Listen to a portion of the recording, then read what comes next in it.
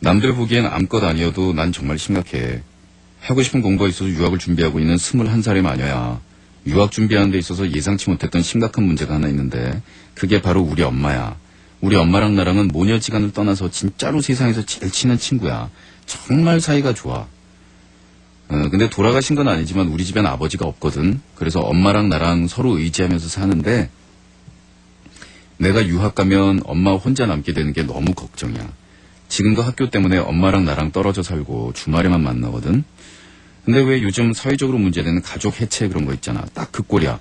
엄마 혼자 아침에 일어나서 식사하고 출근하고 퇴근하고 돌아와서 빈집에 혼자 있고 운동하러 다니고 그러다 보니까 우울증도 생기고 그러나 봐. 엄마가 몸도 무지하게 약한 편에 갱년기까지 겹쳐서. 그래서 내가 주말에 올라가서 엄마 앞에서 재롱 부려주고 같이 수다 떨어주고 아무튼 최대한 기분을 풀어주고 그래. 내가 일종의 엄마의 스트레스 해소제인 셈이지. 내가 학교 일 때문에 2, 3주 집에 못 가게 되면 엄마 상태가 별로 안 좋고 그래. 그렇다고 아무런 보장 없는 미래 없는 유학길에 엄마랑 같이 갈 순 없잖아. 정말 남들은 이게 뭐가 문제가 되나 싶을지도 모르지만 앞에서 말한 것처럼 엄마랑 난 정말 특별한 관계거든. 서로가 서로에게 유일한 가족이자 가장 좋은 친구이자 살아가는 이유야. 근데 그렇게 애정이 클수록 이런 상황이 되니까 정말 어떻게 해야 될지 모르겠어.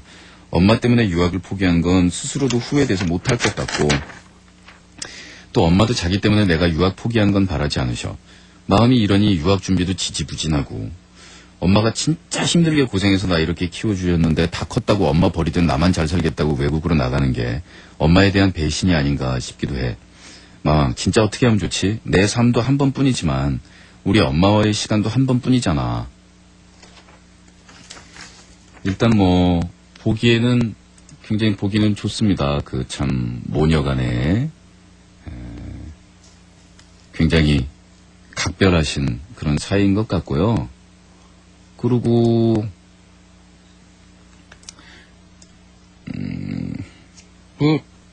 엄마 때문에 도저히 유학 못 가겠어서 엄마랑 지내는 시간이 소중해서 같이 지내고 그럴 수 있는 길을 택한다고 해서 잘못될 것도 없고요. 그 나름대로도 저는 무척 가치 있는 일일 수 있다고 생각해요. 저 같은 경우에 케이스는 굉장히 다른데 제가 중학생 때 저희 집이 좀 어려워서 미국으로 이민 가 있는 친척분한테 저를 맡겨서 그때는 아주 잠깐이지만 제가 공부를 좀 했거든요. 그래서 얘를 공부를 좀 시켜라. 그래서 얘기가 다 됐다가 도저히 품에서는 못 떼어내겠다라고 어머니가 울다 못해가지고 저를 못 보냈는데 저는 그럼으로써 우리나라에 남아서 중고등학교를 다 우리나라에서 마치게 됐죠. 저는 그게 참 좋은 결정이었다고 생각해요. 그래서 중학교, 고등학교를 우리나라에서 다니면서 이 청소년기를 이 나라에서 보낸 도대체 어떤 의미인가에 대한 그 마음속의 울분과 격분을 우리 동포들하고 무슨 말인지 알아들을 수 있고 그 얘기를 같이 할 수 있게 된 그것도 좋고 그 시기에 엄마 아버지랑 같이 살 수 있었던 것도 좋고 같이 살진 못했구나. 저희 집도 이제 가정 문제 때문에 아버지가 집에 같이 못 살고 돈 벌러 가 계신 적이 좀 많았어요. 그러니까 무슨 기분인지는 대충 이해는 하겠습니다. 근데요, 이제 사이가 좋다라는 것, 또 둘이 가까이 붙어 있다라는 것이 꼭 좋은 일은 아닙니다. 지금까지는 좋은 일인 거죠. 예를 들어서 생각을 해봐요. 그러면 지금 물론 아버지가 돌아가신 거는 아니라고 하지만 홀어머니 밑에 있는 외동딸의 입장이 됩니다. 이럴 경우에 나중에 결혼을 했을 때 배우자의 입장은 깝깝해질 수 있어요. 어머니하고 사이가 너무나 가까우면은요. 예를 들어 이게 이제 잘 돌아가면 친정어머니하고 집사람이 외동딸인데 친정어머니하고 참 각별한 사이라서 장모님이 집에도 자주 오셔서 챙겨주고 해가지고 우리 집은 분위기가 참 따뜻하고 좋아. 이렇게 되는 경우도 있겠지만 그래도 결혼해가지고 내가 마누라랑 사는데 말이야.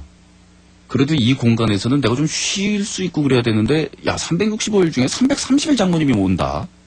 이거 나 좀 피곤하지 않냐? 이렇게 되는 수도 있겠죠? 여러 가지의 문제입니다. 그러니까 지금 현재 상태, 가족이란 구성원이 어머니하고 본인 딱 둘인 상태에서는 너무너무 절실하고 두 분이 최대한 같이 붙어 있고 싶고 그러시지만 앞으로는 이제 이 가족 구성원의 인원수 멤버의 변화가 생기고 혈통이 섞이지 않은 배우자가 또 가족 단위의 구성원이 되며 그 안에서는 새로운 아기들이 또 태어나고 그리고 이제 미래를 준비하셔야 됩니다. 어머니를 저버리라는 얘기가 아니라요. 둘이 끈끈히 눌어붙어 앉아가지고서 손 맞붙잡고 꼭 끌어안고 있는 것이 꼭이 좋은 일은 아니다라는 거죠. 그리고 호랑이가 새끼를 기르고 나면은 호랑이 새끼가 어느 날이 오면 어느 날엔가 아무 예고도 없이 엄마 안녕이라는 이야기도 없이 사라져서 이제 자기 길을 떠납니다. 어미 호랑이 이제 새끼가 떠난 것을 알 뿐이에요. 그런데 새끼 호랑이가 굴로 돌아와서 난 도저히 못 떠나겠으니까 엄마랑 끝까지 살 테야 잉 막 이러면서 막 어미 호랑이 얼굴 막 핥고 그러면 어미 호랑이가 뭐라 그러겠어요. 호랑이는 독립해서 이제 자신의 사냥 구역을 갖고 자신의 고독을 즐기면서 다른 산을 향해서 가야 됩니다. 인간도 우리 어머니 아버지들한테 받은 그 은혜를 우리가 딛고서 새로운 길로 내일로 가야 되지 않습니까? 그러면 엄마 옆에 지금 옆에 붙어서 꼭 끌어안고 있어 줘야 되는 분은요.